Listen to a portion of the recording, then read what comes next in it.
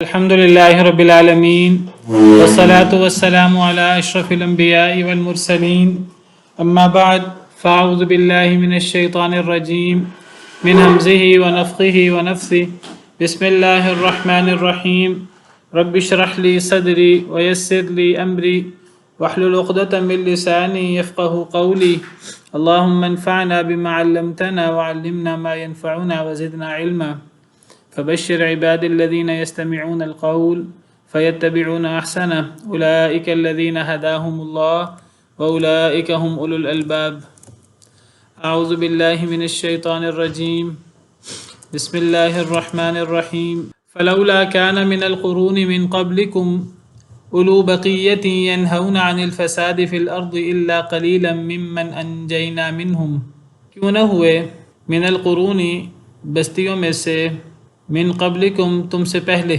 قرون کا معنی بستیاں کر لیں یا زمانہ کر لیجئے، پس کیوں نہ ہوئے پچھلے زمانوں میں تم سے پہلے اولو بقیت اہل خیر، باقی والے، اہل خیر لوگوں میں باقی بچنے والے لوگ، ینہون عن الفساد فی الارض جو روکتے ہوں یعنی دوسروں کو، اہل کفر کو، عن الفساد فی الارض زمین میں فساد کرنے سے، الا قلیلا ممن انجینا منہم مگر بہت تھوڑے ان میں سے جن کو ہم نے ان میں سے نجات دی، واتبع الذین ظلموا ما اترفوا فیہ اور پیروی کی ان لوگوں نے جنہوں نے ظلم کیا، ما اترفوا فیہ جس میں وہ آسائش دیے گئے، وکانوا مجرمین اور وہ مجرم تھے۔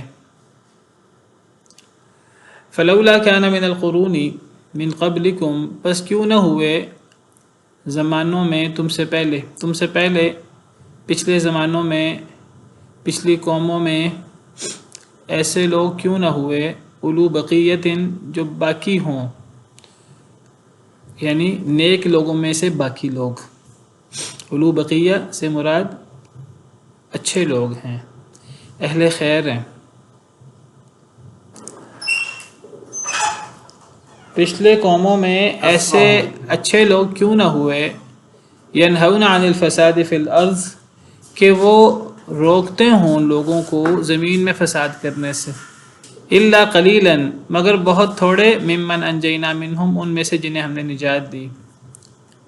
تو اس آیت کریمہ میں اللہ تعالیٰ تعجب کر رہے ہیں، شکوہ کر رہے ہیں گویا کہ پچھلی قوموں میں جن قوموں پر اللہ کا عذاب آیا، یہ بہت ساری قومیں جن میں سے چند کا اللہ نے اس صورت میں ذکر کیا ہے، اور ان قوموں کے علاوہ اور بھی بہت ساری قوموں پر اللہ کا عذاب آیا، تو اللہ تعالیٰ تعجب کرتے ہوئے فرماتے ہیں کہ یہ اتنی ساری قوموں میں اہل خیر نیک لوگ کیوں نہ ہوئے۔ کن نیک لوگوں کی بات ہو رہی ہے؟ یہاں ان نیک لوگوں کی بات ہو رہی ہے بطور خاص، ینہون عن الفساد فی الارض جو لوگوں کو زمین میں فساد کرنے سے روکتے ہوں، یعنی پچھلی قوموں میں جن کو اللہ نے ہلاک کیا، ان قوموں میں ایسے نیک لوگوں میں سے باقی لوگ، ایسے نیک لوگ جو دوسروں کو زمین میں فساد کرنے سے روکتے ہوں، ایسے لوگ کیوں نہ ہوئے، الا قلیلا مگر تھوڑے سے۔ اللہ فرماتے ہیں یہ نہیں ہوا کہ کوئی ایک بندہ بھی نہیں ہوا، زیادہ لوگ نہیں ہوئے، اللہ تعجب کرتے ہیں، لیکن الا قلیلا مگر تھوڑے سے لوگ تھے اہل خیر۔ کون اہل خیر؟ جو لوگوں کو فساد فی الارض سے روکتے تھے۔ کون تھوڑے لوگ تھے؟ یہ وہ تھوڑے لوگ تھے ممن انجینا منہم جن کو ہم نے نجات دی۔ بہت غور طلب آیت ہے، بہت توجہ طلب آیت ہے۔ یعنی اللہ تعالیٰ کیا فرما رہے ہیں؟ یعنی اللہ تعالیٰ فرما رہے ہیں کہ جو پچھلی قومیں تباہ ہوئی، ان قوموں کے اکثر لوگ وہ ایسے اہل خیر نہیں تھے کہ جو لوگوں کو زمین میں فساد کرنے سے روکتے ہوں، ہاں تھوڑے سے لوگ تھے، ان کو ہم نے نجات دی۔ مطلب یہ ہے کہ یہ جو زمانہ پیچھے گزرے ہیں، پچھلی قومیں گزری ہیں، ان قوموں پر اللہ کا عذاب آیا، اور عذاب میں سب لوگ شکار ہوئے عذاب کا، سوائے ان لوگوں کے، بہت تھوڑے ان لوگوں کے کہ جن کو اللہ نے نجات دی۔ اور وہ تھوڑے لوگ کون تھے؟ وہ اہل خیر تھے، نبی اور نبیوں کے ساتھی، جو لوگوں کو فساد فی الارض سے روکتے تھے۔ تو پتہ لگا کہ اللہ کے عذاب سے بچنے کے لیے، نجات حاصل کرنے کے لیے کیا چیز ضروری ہے، کیا ایسا عمل ہے جس کی وجہ سے اگر اللہ کا عذاب آئے تو اللہ تعالیٰ ان لوگوں کو اس عذاب سے نجات دے دیتے ہیں۔ وہ کون سا ایسا عمل ہے جو لوگوں کو برائی لوگوں کے کرنے لیے والوں کو نجات کا روکنا، باعث بنتا ہے؟ جی، جی فساد برائی کرنے سے والوں روکنا. کو روکنا۔ برائی سے روکنا، یعنی اللہ تعالیٰ تعجب کر رہے ہیں کہ پچھلے لوگوں میں برائی سے روکنے والے اہل خیر ہونے چاہیے تھے، وہ نہیں تھے، لہٰذا اللہ نے پچھلی قوموں پر اپنا عذاب نازل کیا، مگر تھوڑے سے لوگ تھے۔ کون تھوڑے سے لوگ تھے؟ یہ وہ تھوڑے سے لوگ تھے جو اولو بقیتی ینہون عن الفساد فی الارض، یہ وہ نیک لوگوں کے بعض باقی لوگ تھے جو لوگوں کو فساد فی الارض سے روکتے ہوں۔ بہت تھوڑے لوگ تھے، یہ وہ تھوڑے سے لوگ تھے جو لوگوں کو فساد فی الارض سے روکتے تھے، یہ وہ تھے جن کو ہم نے نجات دی۔ تو پتہ لگا کہ نجات کن لوگوں کو ملتی ہے؟ نجات برائی سے روکنے والوں کو نجات ملتی ہے، باقی لوگوں کو نجات نہیں ملتی۔ اہل خیر، نیک لوگ، عام طور پہ ایک بندہ نماز پڑھتا ہے، زکوٰۃ دیتا ہے، روزہ رکھتا ہے، اچھے کام کرتا ہے، ہم کہتے ہیں یہ بھی نیک شخص ہے۔ لیکن نیک لوگ بھی دو طرح کے ہوتے ہیں۔ ایک نیک لوگ وہ ہیں جو لوگوں کو زمین میں فساد کرنے سے روکتے ہیں، ایک وہ نیک لوگ ہوتے ہیں جو ظاہراً ہمیں نیک نظر آتے ہیں لیکن وہ لوگوں کو روکتے نہیں ہیں فساد فی الارض سے۔ ایسے نیک لوگ بھی اللہ کے عذاب سے بچ نہیں پاتے۔ جب اللہ کا عذاب آتا ہے تو اللہ کے عذاب میں سب لوگ شکار ہو جاتے ہیں، ظالم لوگ، کافر لوگ وہ بھی، اور ایسے ظاہراً ہم کہتے ہیں فلاں تو بڑا سیدھا سادہ صوفی سا بندہ ہے، اپنے کام سے کام رکھتا ہے، صرف یہ کافی نہیں ہے، لوگوں کو بھی برائی سے روکنا ضروری ہے۔ اگر ایک انسان خود بھی برائی سے بچے تو دوسرے کو بھی برائی سے روکے۔ اصلاح کا کام کرنا، لوگوں کو اچھی باتوں کا حکم دینا، لوگوں کو بری باتیں سے روکنا، یہ بہت ضروری ہے۔ جو لوگ خود نیک ہیں اپنی ذات کی حد تک، تو اپنی ذات کی نیکی کافی نہیں ہے، اسی لیے اگلی آیت کریمہ میں آ رہا ہے، اسی سے اگلی آیت ہے، وَمَا كَانَ رَبُّكَ لِيُهْلِكَ الْقُرَىٰ بِظُلْمٍ وَأَهْلُهَا مُصْلِحُونَ، اللہ کسی قوم کو اس کے ظلم کی وجہ سے ہلاک نہیں کرتا اگر اس بستی میں رہنے والے مصلح موجود ہوں، اصلاح کرنے والے۔ اگر ایک قوم میں اصلاح کرنے والے موجود ہوں، نبی کے ورثاء، دعوت دینے والے، نیکی کا حکم دینے والے، برائی سے روکنے والے، یہ اصلاح کرنے والے لوگ ہیں، اگر اصلاح کرنے والے موجود ہوں تو پھر اس بستی پر اللہ کا عذاب نہیں آتا۔ علماء کہتے ہیں یہاں اللہ نے لفظ مصلح استعمال کیا، صالح استعمال نہیں کیا۔ مصلح وہ ہے جو خود بھی نیک ہے اور دوسروں کو بھی اصلاح کرنے کی کوشش کرتا ہے، نیکی کو حکم دیتا ہے، برائی سے روکتا ہے۔ صالح وہ ہے جو خود نیک ہے، اس کی نیکی اس کی ذات کی حد تک محدود ہے، تو صرف اپنی ذات کی حد تک نیکی کافی نہیں ہے اللہ کے عذاب سے بچنے کے لیے۔ جب اللہ کا عذاب آتا ہے گناہ گار بھی اس عذاب کا شکار ہو جاتے ہیں، اور جو اصلاح کرنے والے نہیں ہیں، جو برائی سے روکنے والے نہیں ہیں، فساد فی الارض سے روکنے والے، وہ بھی اس عذاب میں گرفتار ہو جاتے ہیں۔ باقی ایک الگ بات ہے کہ اللہ جب قیامت کے دن اٹھائے تو اللہ لوگوں کو اپنی اپنی نیت کے مطابق اٹھائے۔ فرق ہوگا ان میں، جو برائی میں مبتلا ہیں خود ان میں، اور جو خود تو برائی میں مبتلا نہیں ہے لیکن دوسروں کو روکتے بھی نہیں ہیں، ان دونوں کے درجے میں فرق ہوگا، لیکن ان کو نجات نہیں ملتی ان لوگوں کو۔ تو صرف ذاتی نیکی کافی نہیں ہے۔ اللہ تعالیٰ فرماتے ہیں سورہ انفال میں وَاتَّقُوا فِتْنَةً لَا تُصِيبَنَّ الَّذِينَ ظَلَمُوا مِنْكُمْ خَاصَّةً، اے لوگو اس فتنے سے بچ جاؤ جو فتنہ صرف تم میں سے ظالم لوگوں کو نہیں آئے گا، خاص طور پر۔ کیا مطلب؟ اس فتنے کا شکار صرف گناہ گار نہیں ہوں گے، اس فتنے کا شکار ایسے لوگ بھی ہوں گے جو گناہ گار نہیں ہیں۔ کون لوگ؟ یعنی وہ لوگ جو لوگوں کو برائی سے روکتے نہیں ہیں، خود رکتے ہیں برائی سے، لوگوں کو روکتے نہیں ہیں۔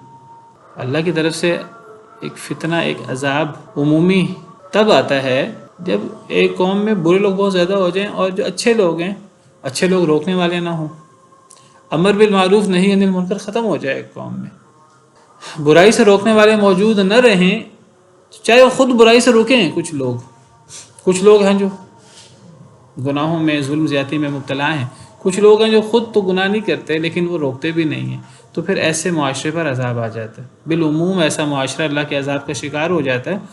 یہ وہ فتنہ ہے جس فتنے میں یہ فتنہ صرف ظالم لوگوں پر خاص طور پر نہیں آتا، اس میں غیر ظالم بھی شریک ہو جاتے ہیں۔ باقی میں نے بتایا کہ ایک دفعہ عذاب میں سب شریک ہو جائیں گے، باقی اللہ کے ہاں ان کا معاملہ اللہ کو بہتر پتہ ہے، ان کا معاملہ فرق ہوگا۔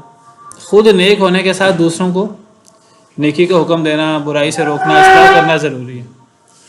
اسی لیے سورۃ العصر جو قرآن کریم کی بڑی جامع ترین صورت ہے، چھوٹی سی صورت ہے 3 آیتوں کی،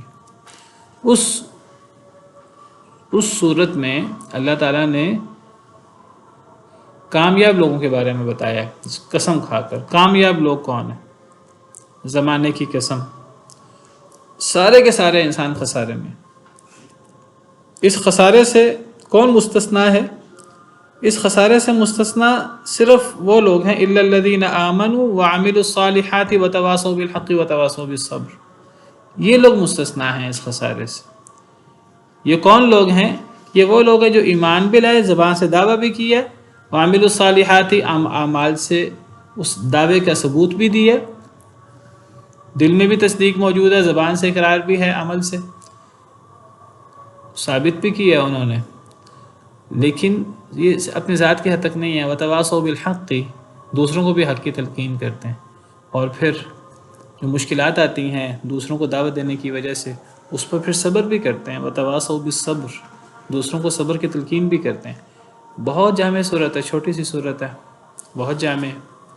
امام شافعی رحمہ اللہ فرماتے ہیں اگر پورے قرآن میں اگر یہی صورت ہی ہوتی سورہ عصر تو یہ کافی ہوتی۔ بہت جامع صورت ہے، بہت جامع میسیج ہے اس میں، کہ صرف ایک نیک آدمی وہ خسارے سے نہیں بچ پاتا۔ اللہ تعالیٰ فرماتے ہیں، صحیح احادیث مبارکہ سے پتہ لگتا ہے اگر کسی قوم میں امر بالمعروف نہی عن المنکر اصلاح کا جذبہ ختم ہو جائے تو پھر کیا ہوتا ہے؟ پھر اس قوم پر اللہ کا عذاب آتا ہے۔ پھر لوگ اللہ سے دعائیں کرتے ہیں لیکن دعائیں سنی نہیں جاتی، چاہے نیک لوگ موجود ہوں برے لوگوں کے ساتھ۔ تو امر بالمعروف نہی عن المنکر ضروری ہے۔ نبی صلی اللہ علیہ وسلم نے مثال دے کے سمجھایا۔ آپ نے فرمایا کہ اگر سمجھو کہ کشتی ہے، بڑی کشتی جس میں کئی منزلیں ہیں، تو اگر اوپر کی منزل میں جو لوگ ہیں عرشے پہ، تو نیچے کی منزل میں کچھ لوگ ہیں، تو اگر نیچے کے لوگ اوپر آتے ہیں، اوپر کے لوگ اس سے تکلیف محسوس کرتے ہیں، نیچے والے بار بار اوپر پانی لینے آ جاتے ہیں، اوپر آ جاتے ہیں۔ کیوں آتے ہیں؟ ان کو اوپر نہیں آنا چاہیے۔ تو نیچے والے دیکھتے ہیں کہ اوپر والے ہمارے اوپر جانے پر تنگی محسوس کرتے ہیں، ہمیں پانی کی ضرورت ہوتی ہے، تو ہم یہ کرتے ہیں ہم نیچے سے ہی سوراخ کر لیتے ہیں۔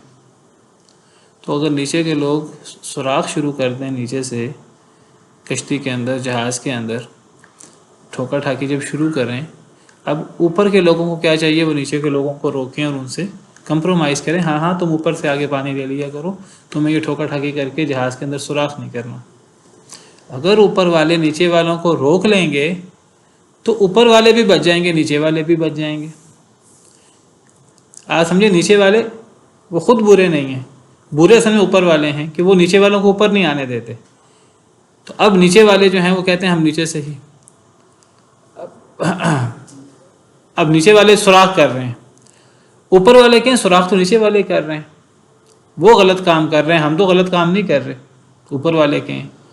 نبی صلی اللہ علیہ وسلم فرمایا نہیں، اگر اوپر والے نیچے والوں کو روک دیں گے سوراخ کرنے سے تو پھر اوپر والے بھی بچ جائیں گے، نیچے والے بھی بچ جائیں گے۔ لیکن اگر اوپر والے نیچے والوں کو روکیں گے نہیں تو دونوں، جب جہاز غرق ہوگا، جب جہاز میں پانی بھرے گا تو وہ دونوں جو ہے وہ جہاز سمیت ڈوب جائیں گے۔ یہ مثال ہے اس قوم کی، ان لوگوں کی جو خود چاہے نیک ہوں لیکن دوسروں کو برائی سے نہ روکتے ہوں، نیکی کا حکم نہ دیتے ہوں، اصلاح کا کام نہ کرتے ہوں۔ تو امر بالمعروف نہی عن المنکر اور اصلاح کا کام ضروری ہے۔ اصلاح امر بالمعروف نہی عن المنکر کو کہتے ہیں، نیکی کا حکم دینا، برائی سے روکنا۔ قرآن کریم میں جگہ جگہ اللہ تعالیٰ نے امر بالمعروف نہی عن المنکر کی اہمیت بیان کی ہے، لوگوں کو اچھی بات کا کہنا بھی اور لوگوں کو بری بات سے روکنا بھی۔ اچھا، یہ جو امر بالمعروف نہی عن المنکر یہ دونوں اصلاح کا کام ہے. لوگوں کو نماز کا، سچ بولنے کا، اچھی بات کا کہنا، یہ بھی اصلاح ہے، اور لوگوں کو بری بات سے روکنا یہ بھی اصلاح ہے. اصلاح میں ایک آتا ہے امر بالمعروف اور ایک ہوتا ہے نہی عن المنکر. امر بالمعروف ہے نیکی کا حکم دینا، اور امر بالمنکر، نہی عن المنکر کا مطلب ہے برائی سے روکنا. یہ دونوں اصلاح کا کام ہے. ان میں سے امر بالمعروف نسبتاً آسان ہے، نہی عن المنکر نسبتاً مشکل ہے. تو اصلاح میں امر بالمعروف نہی عن المنکر دونوں آ جاتے ہیں. آپ لوگوں سے کہیں سچ بولنا چاہیے. لوگوں سے کہا جائے جی دھوکہ نہیں، لوگوں کو کہا جائے کہ نماز پڑھنی چاہیے، قرآن پڑھنا چاہیے، اچھے کام کرنے چاہیے، یہ آسان کام ہے نسبتاً. یہ دونوں اصلاح ہیں، امر بالمعروف میں نہی عن المنکر بھی. لیکن امر بالمعروف نسبتاً آسان ہے، نہی عن المنکر نسبتاً مشکل ہے. نہی عن المنکر اس کی اہمیت امر بالمعروف سے زیادہ ہے، کیونکہ نہی عن المنکر میں مخالفت کا سامنا کرنا پڑتا ہے. کئی دفعہ امر بالمعروف میں وہ مخالفت کا سامنا نہیں کرنا پڑتا جو نہی عن المنکر میں مخالفت کا سامنا کرنا پڑتا ہے. لوگوں کو کہا جائے کہ جی ایک اللہ کی عبادت ہونی چاہیے، سب کہیں گے جی ایک اللہ کی عبادت ہونی چاہیے، اللہ کے ساتھ کسی کو شریک نہیں کرنا چاہیے، موٹی موٹی بات. لیکن جب ہم لوگوں کو باقاعدہ منع کریں گے کہ آپ ابھی جو عمل کر رہے ہیں اس عمل کے اندر شرک پایا جاتا ہے، اس عمل کے اندر بدعت پائی جاتی ہے، یہ آپ کا عمل شریعت کی روح سے صحیح نہیں ہے، تو اس پر پھر لوگوں کی طرف سے پھر ریاکشن آتا ہے. اور اس رد عمل میں، اس ریاکشن میں لوگ پھر زبان سے زیادتی کرتے ہیں. پھر جب دلائل نہیں ہوتے تو پھر وہ لوگ پھر ہاتھا پائی پر بھی اتر آتے ہیں، اور زبانی طور پر بھی گالی گلوچ کرتے ہیں، اور پھر کئی دفعہ جسمانی طور پر بھی وہ تشدد پر اتر آتے ہیں. جسمانی تشدد بھی ہوتا ہے، کئی دفعہ قتل و غارت تک بات پہنچ جاتی ہے. نیک لوگوں کو باقاعدہ، اصلاح کرنے والوں کو باقاعدہ، یعنی ان کی اصلاح کرنا ان کا جرم بن جاتا ہے. جی جیلوں میں قتل تک ہوئے ہیں.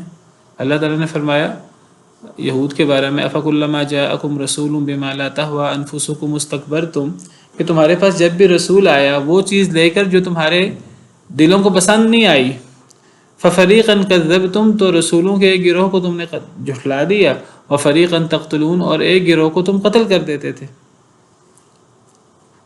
تو یعنی جب پسند نہ آئے بات اصلاح کرنے والے کی تو تکذیب بھی ہوتی ہے اور قتل و غارت بھی ہوتی ہے. تو کئی انبیاء و رسول کو شہید بھی کیا گیا.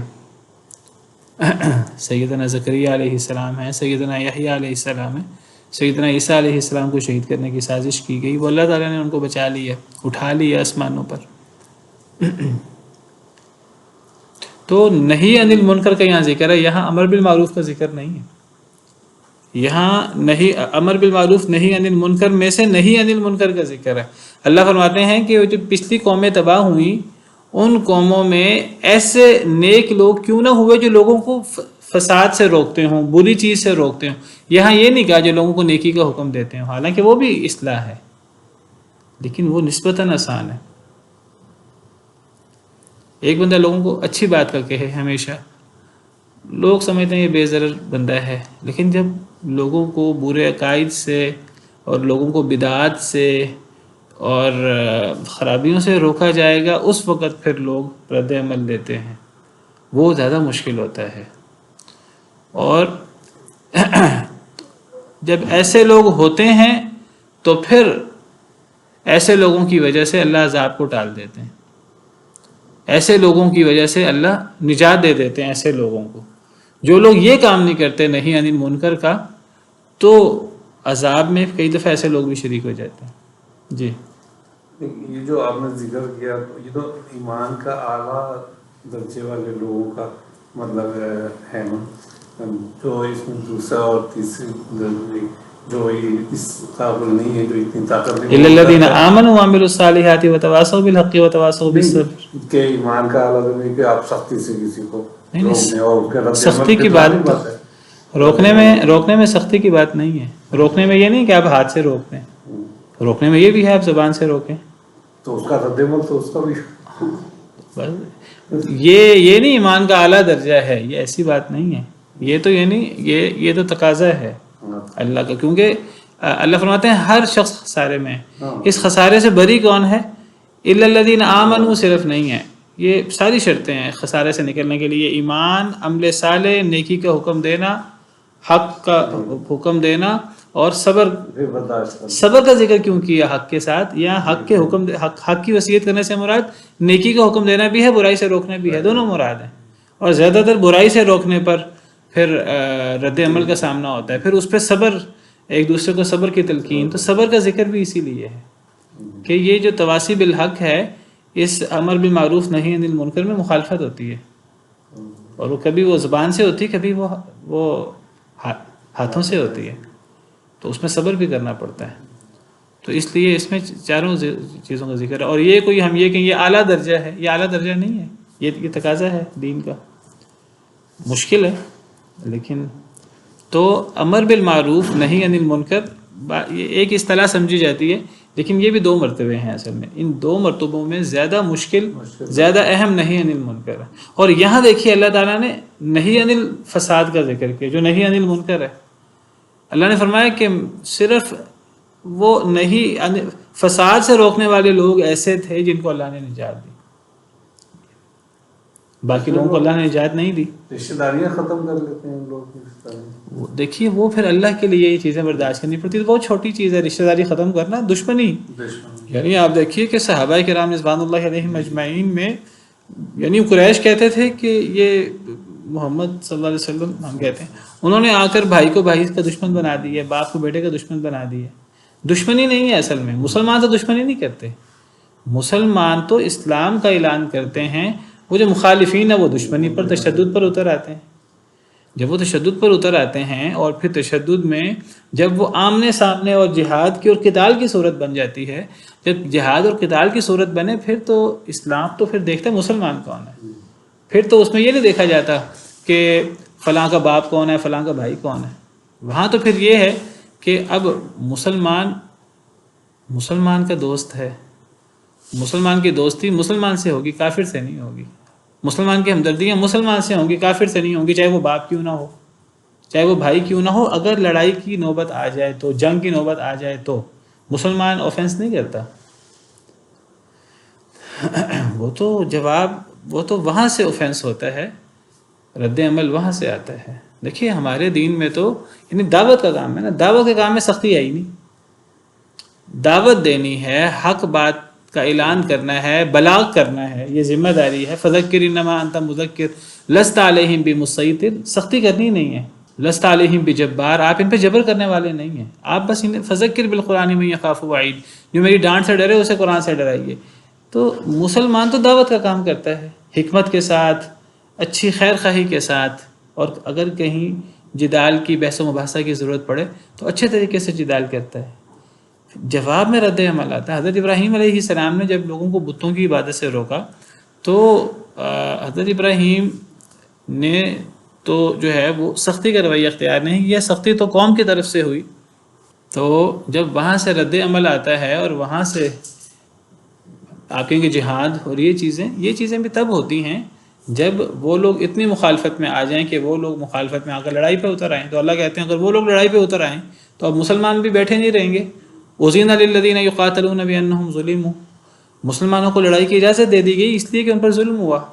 تو نہی عن المنکر میں ضروری نہیں ہے کہ وہ سختی کے ساتھ ہو، جہاں انسان سختی کر سکتا ہے، انسان کے پاس پاور ہے اپنے گھر کے اندر، وہاں انسان کو سختی سے برائی کو روکنا چاہیے۔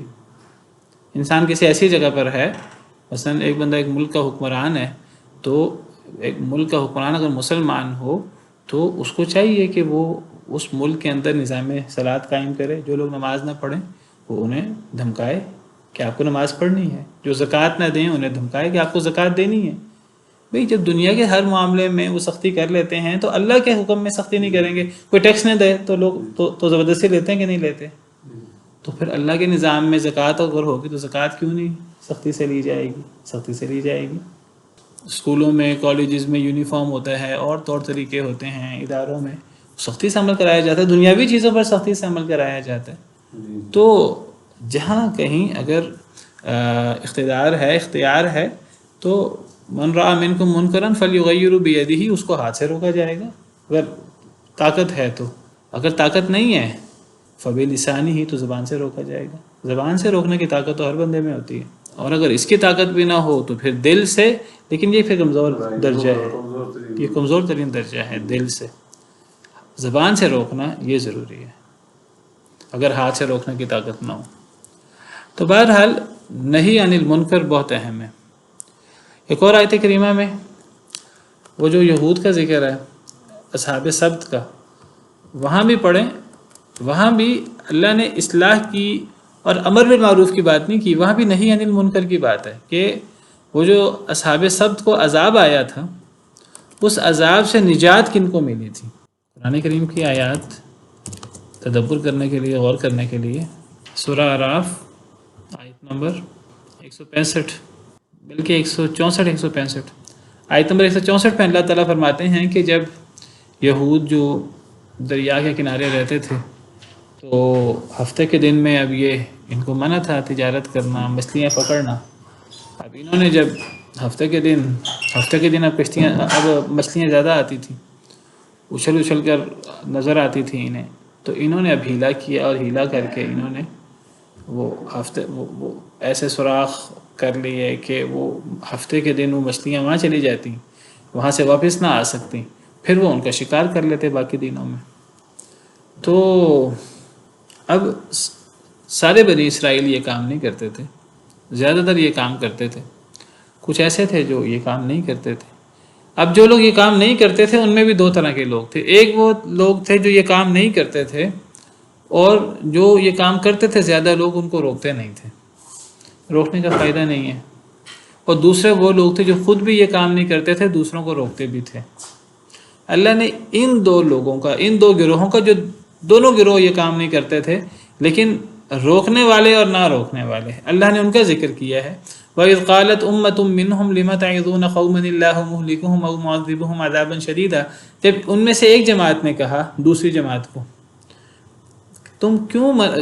تم کیوں واعظ کرتے ہو، نصیحت کرتے ہو اس قوم کو جسے اللہ نے ہلاک کر ہی دینا ہے، جسے اللہ نے عذاب دے ہی دینا ہے، سخت عذاب۔ یعنی یہ کون کس کو نصیحت کر رہے ہیں اپنی تئیں؟ یہ وہ لوگ جو خود تو یہ کام نہیں کرتے تھے لیکن وہ روکتے بھی نہیں تھے، وہ ان لوگوں کو جو خود بھی یہ کام نہیں کرتے تھے اور روکتے بھی تھے۔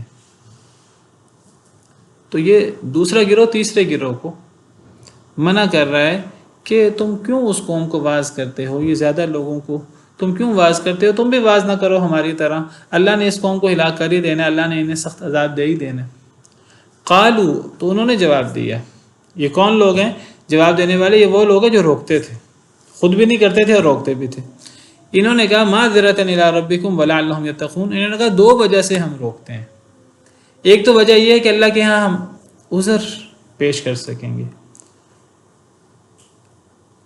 اور دوسری وجہ یہ شاید کہ ان لوگوں کو نصیحت آ جائے۔ تم کہتے ہو نصیحت کرنی نہیں چاہیے، ہم کہتے ہیں، تیسرے گروہ نے کہا کہ نصیحت کرنی چاہیے، شاید فائدہ ہو جائے۔ فائدہ ہونے کا بھی امکان ہے، نہ ہونے کا بھی امکان ہے، نہیں کریں گے تو وہ تو پہلے بھی نہیں رک رہے، کرنے سے شاید رک جائیں۔ تو دوسرا فائدہ یہ کہ اللہ کے ہاں عذر پیش کر سکیں گے۔ اس سے پتہ لگا کہ اگر ایک بندہ خود برائی سے روکے، دوسروں کو نہ روکے، اس کا اللہ کے ہاں حجت تمام نہیں ہوتی۔ حجت تمام تب ہوتی ہے جب خود بھی برائی سے روکے اور دوسرے کو بھی روکے۔ مثلا کسی جگہ میوزک چل رہا ہے، ایک بندہ ساتھ ہمسائے میں چل رہا ہے، ایک بندہ کہتا ہے، ایک بندہ کہے کہ جو ہے میں نہیں کر رہا، تو آپ کا یہ کہنا جو ہے کہ میں تو نہیں کر رہا، حجت تمام نہیں ہوئی۔ اگر اللہ نے پوچھ لیا تو بالکل ایک آدمی سے اللہ پوچھ سکتے ہیں کہ تو نے منع کیوں نہیں کیا، حجت تمام نہیں ہوئی۔ وہ یہ نہیں کہہ سکتا اللہ میں نہیں کر رہا تھا، اس کو اگر وہ روکے گا آگے، پھر اگلے نہ روکیں، اب اس پر اب وہ اللہ کے ہاں معذور ہے۔ اب دیکھیے اللہ کیا فرماتے ہیں، فلما نسوا ما ذکروا به انجینا الذین ینہون عن السوء۔ اب تین گروہ بن گئے بنی اسرائیل میں، ایک وہ لوگ تھے جو یہ ہیلا کرتے تھے، ایک وہ لوگ تھے جو ہیلا نہیں کرتے تھے، روکتے بھی نہیں تھے، اور تیسرا گروہ وہ تھا جو ہیلا کرتا بھی نہیں تھا، روکتا بھی تھا۔ اب تین گروہ ہیں۔ ان تین گروہوں میں سے اللہ فرماتے ہیں جب وہ بھول گئے جو ان کو نصیحت کی گئی تھی، انجینا الذین ینہون عن السوء، اللہ فرماتے ہیں ہم نے کس کو نجات دی؟ ہم نے اس کو نجات دی جو برائی سے روکتے تھے. یہ نہیں فرمایا کہ ہم نے ان کو نجات دی جو برائی سے رکتے تھے، جو ہیلا نہیں کرتے تھے، نہیں، فرمایا ان کو نجات دی جو خود رکتے بھی تھے اور دوسروں کو روکتے بھی تھے. وَأَخَذْنَا الَّذِينَ ظَلَمُوا بِعَذَابٍ بَئِيسٍ، اور ظالموں کو ہم نے برے عذاب کے ساتھ پکڑ لیا ان کے فسق و فجور کی وجہ سے. اب ظالم لوگ سے مراد کون ہے؟ ظالم لوگوں سے مراد صرف وہ ہیں جو یہ بدترین ہیلا کرتے تھے، یا ظالموں میں وہ بھی ہیں جو بچتے تھے خود لیکن دوسروں کو روکتے نہیں تھے، وہ بھی ظالم ہیں. اب اللہ پیچھے صراحت ہے کہ اللہ نے نجات ان لوگوں کو دی جو برائی سے روکتے تھے. اختلاف اگرچہ اس میں، لیکن یہ جو انجینا الذین ینہون عن السوء یہ بہت غور طلب ہے، بہت واضح ہے کہ نجات ہیلا نہ کرنے والوں کو نہیں ملی، نجات اس سے روکنے والوں کو ملی ہے. یہ تو الفاظ بڑے واضح ہیں. بعض علماء تو یہاں تک کہتے ہیں کہ ان کو بندر اور سور بنا دیا گیا تھا. وہ کہتے ہیں کہ سور تو ان کو بنایا گیا تھا جو یہ بدترین ہیلا کرتے تھے، جو اس بدترین عمل میں مبتلا تھے، اور جو روکتے نہیں تھے ان کو بندر بنا دیا گیا تھا. والعیاذ باللہ، واللہ عالم. تو بہرحال نہی عن المنکر جو ہے، امر بالمعروف نہی عن المنکر بہت اہم ہے، اور اس میں نہی عن المنکر زیادہ مشکل ہے اور زیادہ اہم ہے. اس میں آزمائش زیادہ آتی ہے لیکن اللہ کی مدد بھی بہرحال ہوتی ہے، اور یہ ایک ایسا بندہ ہی کر سکتا ہے جو مجاہد بندہ ہو کوئی. بہرحال اللہ کو اصل مطلوب یہ ہے. وَاتَّبَعَ الَّذِينَ ظَلَمُوا مَا أُتْرِفُوا فِيهِ، اللہ فرماتے ہیں اور پیروی کی ان لوگوں نے جنہوں نے ظلم کیا، مَا أُتْرِفُوا فِيهِ، جس میں وہ آسائش دیے گئے تھے، وَكَانُوا مُجْرِمِينَ، اور وہ مجرم تھے. اللہ تعالیٰ پچھلی قوموں کا پر تبصرہ کر رہے ہیں، پچھلی قوموں کا ذکر کر رہے ہیں. اللہ فرماتے ہیں پچھلی قوموں میں ایسے نیک لوگ کیوں نہ ہوئے جو لوگوں کو برائی سے روکتے ہیں.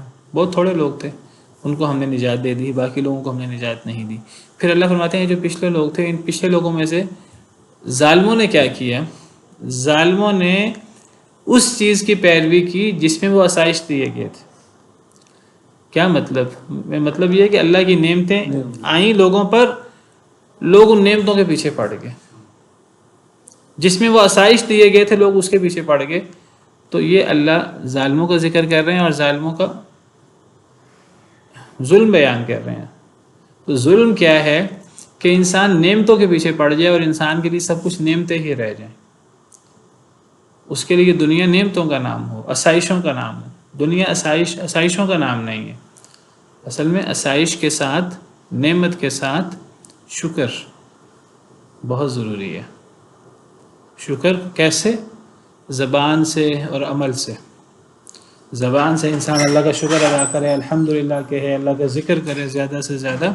اور عملی شکر دین پر عمل کرنا، اللہ کے احکامات کے مطابق عمل کرنا، یہ عملی شکر ہے. انسان نماز، سب سے بڑا عملی شکر توحید ہے، شرک سے بچنا، توحید.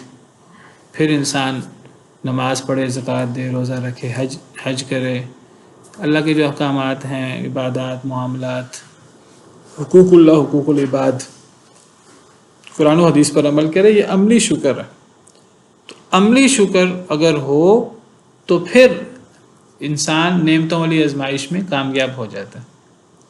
پھر ایسے انسان کو اللہ کی نعمتیں مزید بھی ملتی ہیں، ایسے انسان کو پھر اللہ کی نعمتیں اور بھی ملتی ہیں. وَإِذْ تَأَذَّنَ رَبُّكُمْ لَئِن شَكَرْتُمْ لَأَزِيدَنَّكُمْ، تمہارے رب نے اعلان کیا کہ اگر البتہ تم شکر ادا کرو گے میں تمہیں زیادہ دوں گا، مزید نعمتیں بھی دوں گا. تو نعمتیں استعمال کرنے میں کوئی ممانعت نہیں ہے، لیکن نعمتیں استعمال کر کے ان کا حق ادا کرنا، شکر کرنا. اور شکر میں زبانی شکر اور عملی شکر. اعملوا آل داود شکرا. اور سب سے بڑا شکر توحید، یعنی اللہ کے احکامات پر عمل، یہ شکر ہے. نماز، زکوٰۃ، روزہ، حج، سب سے پہلے توحید. حضرت لقمان علیہ السلام کا ذکر ہے قرآن کریم میں. وَلَقَدْ آتَيْنَا لُقْمَانَ الْحِكْمَةَ، ہم نے لقمان علیہ السلام کو حکمت عطا کی تھی، اور وہ حکمت کیا تھی؟ ان اشکر للہ، اللہ کی نعمتوں کا شکر ادا کرو. وَمَن يَشْكُرْ فَإِنَّمَا يَشْكُرُ لِنَفْسِهِ، اور جو شکر کرتا ہے وہ کوئی اللہ کا فائدہ نہیں کرتا، اپنی ذات کے لیے شکر ادا کرتا ہے. وَمَن كَفَرَ فَإِنَّ اللَّهَ غَنِيٌّ حَمِيدٌ، جو ناشکری کرتا ہے تو اللہ بے نیاز ہے، تعریف کیا گیا ہے. تو فرمایا حضرت لقمان علیہ السلام حکیم تھے، اللہ نے ان کو حکمت ادا کی تھی، اور حکمت شکر تھا. اور اگلی آیت میں حضرت لقمان اپنے بیٹے کو شرک سے روکنے کا، توحید کا حکم دیتے ہیں. تو سب سے بڑا شکر جو ہے وہ توحید ہے، اللہ کے احکامات پر زبان سے انسان شکر ادا کرے، اللہ کے احکامات پر چلے. کوئی بندہ نعمتوں میں زبان سے شکر ادا کرتا ہے، ذکر اذکار کرتا ہے، اللہ کے احکامات کے مطابق چلتا ہے تو ٹھیک ہے. اکثر لوگ نعمتوں کی آزمائش میں ناکام رہ جاتے ہیں، اور وہ کیا ہے، وہ نعمتوں کے پیچھے پڑ جاتے ہیں، اور وہ زیادہ سے زیادہ نعمتیں حاصل کرنے کے چکر میں تو اکثر لوگ، ظالم لوگ، نعمتوں کے پیچھے پڑ کر تباہ ہو جاتے ہیں. تو یہ نعمتیں لوگوں کے لیے بہت بڑی آزمائش بن جاتی ہیں. یعنی اگر ایک انسان شکر ادا نہ کرے تو یعنی اللہ کی طرف سے پیاس بجھانا، پانی ہی اتنی بڑی نعمت ہے، اگر انسان اس کا شکر ادا نہ کرے تو قیامت کے دن تو اس کے بارے میں بھی سوال ہونا ہے. چھوٹی سے چھوٹی نعمت کے بارے میں سوال ہونا ہے، تو نعمت تو چھوٹی نہیں ہوتی، چھوٹی نعمتیں ہیں، بڑی نعمتیں ہیں. ثم لتسألن یومئذ عن النعیم، اللہ فرماتے ہیں قیامت کے دن تم سے نعمتوں کے بارے میں سوال ہوگا. انسان دنیا کے اندر بے فکر ہو، غفلت کا شکار ہو، اللہ کی نعمتیں، وہ جس کو کہتے ہیں نا کہ 5 انگلیاں گھی میں، سر کڑائی میں، وہ اس طرح کر کے وہ نعمتوں کے اندر وہ نعمتیں ہی نعمتیں، نعمتیں ہی نعمتیں، اور اللہ کے احکامات پر عمل ہی نہیں ہے، شکر ہی نہیں ہے. نعمتیں ہی نعمتیں ہیں اور شکوے ہی شکوے ہیں. تو یہ نعمتیں اور یہ چیزیں انسان کو یعنی تباہ کر دیتی ہیں. اکثر لوگوں کے پچھلی قوموں میں تباہ ہونے کی وجہ ظالموں کا آسائشوں کے پیچھے لگ جانا، یہ جرم ہے بہت بڑا. وَاتَّبَعَ الَّذِينَ، تو یہ آیت کریم، یعنی اس آیت کریمہ میں 2 باتیں پتہ لگی. ایک تو نہی عن المنکر بہت ضروری ہے، خود بھی برائی سے روکنا اور دوسروں کو بھی برائی سے روکنا. اور نمبر 2 نعمتوں کے پیچھے، آسائشوں، دنیا نعمتوں کے لیے نہیں ہے، آسائشوں کے لیے نہیں ہے. اگر نعمتیں آ جائیں انسان نعمتیں استعمال کر سکتا ہے شکر کے ساتھ، اللہ کے احکامات پر عمل کرتے ہوئے، جس میں اسراف سے بچنا ہے، جس میں غریبوں کا خیال رکھنا ہے، اللہ کے سارے احکامات، شکر ادا کرنا ہے، شکوے شکایتیں نہیں کرنی. جس پہ زیادہ نعمتیں ہوتی ہیں وہ اتنا زیادہ شکوے کر رہا ہوتا ہے چھوٹی سے چھوٹی بات پہ. قرآن کریم کا مطالعہ کریں تو قرآن کریم میں زیادہ نعمتیں استعمال کرنا اور کیے جانا غفلت کے ساتھ، اس کو جہنم میں جانے کا ایک بڑا سبب قرار دیا گیا. صرف نعمتیں استعمال کرنا جہنم کا سبب نہیں ہے، نعمتیں استعمال کرنے کے ساتھ غفلت، انسان نعمتوں کے اندر مگن ہو جائے. اب آپ دیکھیے اللہ تعالیٰ سورہ انشقاق میں جہنمیوں کا ذکر کرتے ہیں اور ان کا جرم کیا بیان کرتے ہیں. اللہ فرماتے ہیں کہ پہلے نیک شخص کا ذکر کرتے ہیں، فَأَمَّا مَنْ أُوتِيَ كِتَابَهُ بِيَمِينِهِ، جس کو اس کا مال نامہ اس کے دائیں ہاتھ میں دیا جائے گا، فَسَوْفَ يُحَاسَبُ حِسَابًا يَسِيرًا، اس کا حساب بڑا آسان لیا جائے گا. وَيَنْقَلِبُ إِلَىٰ أَهْلِهِ مَسْرُورًا، حساب کتاب کے بعد وہ اپنے اہل کی طرف واپس لوٹے گا. جو نیک لوگ ہیں نا قیامت کے دن وہ اکٹھے ہوں گے. جو بندہ نیک ہوگا، متقی ہوگا، وہ اپنے گھر بار کے ساتھ، دوست احباب کے ساتھ موجود ہوگا. قیامت کے دن ساری دوستیاں ختم ہو جائیں گی سوائے متقی لوگوں کی. الأخلاء يومئذ بعضهم لبعض عدو إلا المتقين، سارے قریبی ترین دوست دشمن بن جائیں گے ایک دوسرے کے سوائے متقی کے. متقی لوگ قیامت کے دن اپنے اپنے خاندان میں، اپنے اپنے دوستوں میں کھڑے ہوں گے. حساب ہوگا، حساب سے واپس اپنے گھر کی طرف لوٹے گا. نیک آدمی ہنسی خوشی واپس لوٹے گا. یہ تو نیک شخص ہے. وَأَمَّا مَنْ أُوتِيَ كِتَابَهُ وَرَاءَ ظَهْرِهِ، اور رہا وہ شخص جس کو اس کا مال نامہ اس کی پیٹھ کے پیچھے سے بائیں ہاتھ میں دیا جائے گا. فَسَوْفَ يَدْعُو ثُبُورًا، وہ ہلاکت کو پکارے گا. وَيَصْلَىٰ سَعِيرًا، بھڑکتی ہوئی آگ میں داخل ہوگا. اس کا جرم کیا ہے ذرا دیکھیے. إِنَّهُ كَانَ فِي أَهْلِهِ مَسْرُورًا، یہ اپنے گھر میں خوش رہا کرتا تھا، دنیا میں یہ عیش میں زندگی گزارا. یہ اس کا یہ جرم بیان کیے. اور دوسرا جرم کیا بیان کیا کہ وہ سمجھتا تھا کہ قیامت نہیں آنی. تو دنیا میں یعنی غفلت کی زندگی گزارنا، ہنسی خوشی زندگی گزارنا، یہ تو دنیا اللہ نے اس کام کے لیے تو نہیں بنائی، عیش کے لیے تو نہیں بنائی. صرف عیش کے لیے انسان دنیا میں آیا نہیں.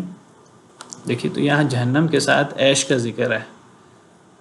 سورہ واقعہ کو دیکھیے، یعنی ہم بعض دفعہ اس کو اتنا بودر نہیں کرتے یہ آسائشوں کو. یہ یعنی اب یہاں دیکھیے اصحاب الشمال ما اصحاب الشمال، بائیں ہاتھ والے کون ہیں؟ فی سموم و حمیم وظل من یحموم. سموم سے مراد لو ہے اور حمیم سے مراد کھولتا ہوا پانی. وظل من یحموم، اور سیاہ دھواں. لا بارد ولا کریم، وہ ٹھنڈا بھی نہیں ہوگا اور وہ فرت بخش بھی نہیں ہوگا، عذاب ہوگا. برے لوگوں کا ذکر ہے. وجہ کیا ہے ان کی؟ انہم کانوا قبل ذلک مترفین. کی ایک وجہ ہے جہنمیوں کے جہنم میں جانے کی. دنیا میں آسائشوں میں رہا کرتے تھے. انہم کانوا قبل ذلک مترفین ایک جرم ہے، یعنی صرف نعمتیں، نعمت کے ساتھ شکر نہیں،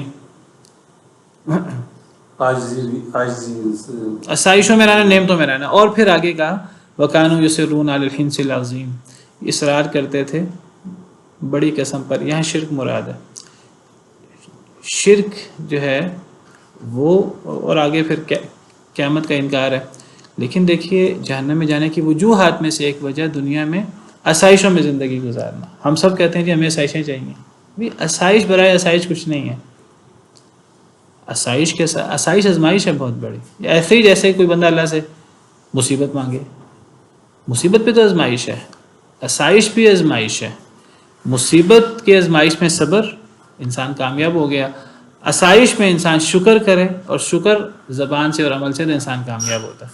آزمائش ہے. گویا کہ جب انسان اللہ سے صرف آسائش مانگتا ہے تو وہ آزمائش مانگتا ہے اللہ تعالیٰ سے. جیسے انسان ایسے ہی جیسے اللہ سے کوئی بندہ اللہ سے مصیبت مانگے. آپ دیکھیے مصیبت بھی اللہ کی نعمت ہوتی ہے. کون اللہ سے مصیبت مانگتا ہے؟ صحیح بخاری کے حدیث ہے، نبی صلی اللہ علیہ وسلم نے فرمایا اللہ جسے خیر کا ارادہ کرتے ہیں اللہ اسے مصیبت میں مبتلا کر دیتے ہیں. کیونکہ جب انسان مصیبت میں مبتلا ہوتا ہے تو پھر انسان وہ جو غفلت کی نیند سو رہا ہوتا ہے اس سے انسان جاگ جاتا ہے. کوئی بندہ اللہ سے مصیبت نہیں مانگتا، حالانکہ مصیبت رحمت ہے اگر انسان صبر کرے مصیبت پر تو، اور انسان مصیبت کی وجہ سے غفلت کی نیند سے جاگ جائے. اسی طرح آسائش بھی تو اللہ کی آزمائش ہے. تو صرف آسائش اور صرف نعمت کا نہیں سوچنا چاہیے. اللہ سے عافیت آسائش مانگی جائے، ساتھ پھر اس کا شکریہ بھی ادا کیا جائے، اور زبان سے بھی اور عمل سے بھی. یہ بہت ضروری ہے. کل آپ نے ظلم کے متعلق بتایا تھا، تو میرا سوال یہ ہے کہ اگر ایک عورت مشرک شوہر کے ساتھ رہتی ہے تو کیا وہ بھی ظلم کے زمرے میں آئے گا؟ مشرک شوہر سے کیا مراد ہے؟ یعنی یہودی، عیسائی، مشرک، تو اس کے ساتھ تو شادی جائز ہی نہیں ہے. مشرک کے ساتھ تو مشرک کے ساتھ رہنا. السلام علیکم سر. جو اللہ تعالیٰ کو تو مانتے ہیں لیکن ساتھ میں غیر اللہ کو بھی مانتے ہیں، یعنی کہ جو توحید کا اقرار نہیں کرتے تو جب بولا بھی جائے تو تب وہی کہتے ہیں کہ نہیں ان کو بھی ماننا ہے، یہ تو اللہ کے نیک بندے ہیں. بہرحال دیکھیے سمجھانا چاہیے، اور سمجھانے کے ساتھ مفتی صاحب سے پوچھنا چاہیے کیا کرنا چاہیے. میں اس کو فتویٰ دینے کی پوزیشن میں نہیں ہوں. اصل میں اگر ایک بندہ بعض شرکی اعمال میں مبتلا ہے، اپنے آپ کو مسلمان کہتا ہے، کلمہ پڑھتا ہے، لیکن وہ بعض شرکی عقائد میں مبتلا ہے، تو کیا وہ اس کو ہم مشرک یا کافر کہیں گے؟ یہ اصل میں ایک سوال ہے. کیا اس پر کافر کے اور مشرک کے احکامات لاگو ہوتے ہیں کہ نہیں ہوتے؟ کافر مشرک کے احکامات لاگو ہوتے ہوں نہ ہوتے ہوں، بہرحال یہ گناہ تو بہت بڑا ہے. تو کیا ایسے شوہر کے ساتھ رہنا چاہیے، نہیں رہنا چاہیے؟ اگر کسی کی بیوی ایسی ہو تو کیا اس کے ساتھ رہنا چاہیے کہ نہیں رہنا چاہیے؟ کہ اہم سوالات ہیں، اور خاص طور پہ ہمارے معاشرے کے حوالے سے. ہمارے معاشرے میں ایسی چیزیں عام ہیں. تو بہرحال میرا خیال ہے کہ یہ بڑے مفتی حضرات کبار علماء اس کے بارے میں گائیڈنس دے سکتے ہیں. پیروی کی ان لوگوں نے جنہوں نے ظلم کیا، ما اترفوا فیہ، جس میں وہ آسائش دیے گئے، وہ آسائش اور نعمتوں کے پیچھے ہی لگے رہے. وکانوا مجرمین، اور وہ مجرم تھے. وما کان ربک لیہلک القری بظلم واہلھا مصلحون، اور نہیں ہے آپ کا رب کہ وہ ہلاک کرے بستیوں کو ظلم کی وجہ سے، وَأَهْلُهَا اس حال میں کہ اس کے رہنے والے مصلحون مصلح ہوں، یعنی اگر کسی بستی میں ظلم موجود ہے، ظالم لوگ ہیں، اس کے باوجود اگر اس بستی میں اصلاح کرنے والے موجود ہیں تو پھر اللہ کی طرف سے ہلاکت نہیں آتی، عذاب نہیں آتا، جب تک مصلح موجود ہیں۔ یہاں مصلح سے مراد بھی صالح نہیں ہے، یہاں مصلح اصلاح سے ہے، یہ صالح سے نہیں ہے۔ یہ نہیں فرمایا کہ آپ کا رب کسی قوم کو ظالموں کی وجہ سے، ظلم کی وجہ سے ہلاک نہیں کرے گا اگر اس بستی میں نیک لوگ موجود ہوں، یہ نہیں فرمایا۔ نیکیوں کی موجودگی میں عذاب آ جاتا ہے، بستی ہلاک ہو جاتی ہے نیکوں کی موجودگی میں، لیکن مصلح لوگوں کی موجودگی میں عذاب نہیں آتا۔ مصلحین کے امام نبی ہوتے ہیں، نبی کی موجودگی میں کبھی عذاب نہیں آتا۔ اسی طرح نبی کے پیروکار جو اصلاح کرنے والے ہیں، نیکی کا حکم دینے والے، برائی سے روکنے والے، خاص طور پر ان کی موجودگی میں عذاب نہیں آتا۔ اگر عذاب آنا ہی ہو اللہ ان لوگوں کو پھر نکال دیتے ہیں۔ تو یہ وہی بات ہے جو ہم نے پچھلی آیت کریمہ میں پڑھی۔ چلیں اتنا ہی کافی ہے۔ سبحان ربک رب العزت عما یصفون وسلام علی المرسلین والحمد للہ رب العالمین۔